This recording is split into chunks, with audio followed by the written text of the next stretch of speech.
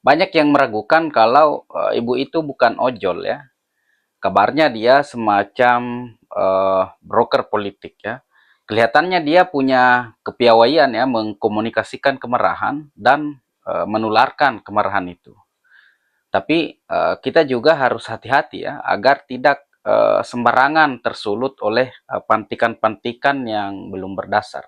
Harus diakui bahwa gerakan yang dipelopori oleh aktivis dari Pati di Jakarta kemarin itu memang anti klimaks. Mereka sepertinya bisa dengan sangat mudah percaya terhadap Dasko and the Gang.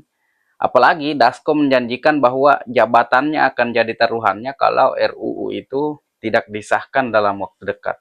Para aktivis dari Pati itu juga seperti mempercayai orang-orang di DPR itu untuk mengurus sendiri RUU itu tanpa pengawalan yang berarti, tanpa transparansi yang memadai. Mungkin mereka lupa kalau RUU sesangar apapun judulnya itu bisa diotak-atik agar isinya tidak sesangar judulnya ya. Dan bahkan bisa menjadi senjata ampuh buat para politisi itu untuk menyandra lawan-lawan politiknya kelak. Jadi para pengamat politik menilai kalau persoalan gerakan Pati kemarin itu sebetulnya lebih adil kalau dinilai sebagai kelemahan kepemimpinan.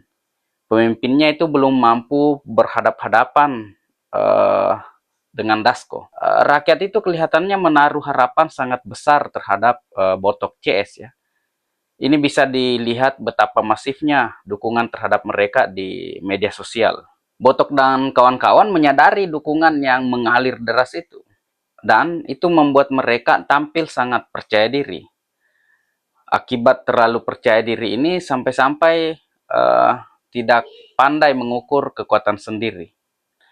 Banyak kelompok gerakan yang datang ke posko mereka menegosiasikan isu ya, bahwa kita tidak cukup hanya menuntut undang-undang perampasan aset. Isu harus diluaskan untuk bisa menyentuh persoalan real rakyat hari ini.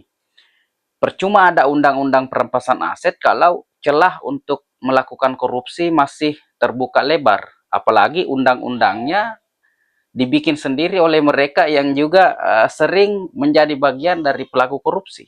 Tapi terlepas dari itu semua, kita tetap hormat ya pada keberanian aktivis dari Pati.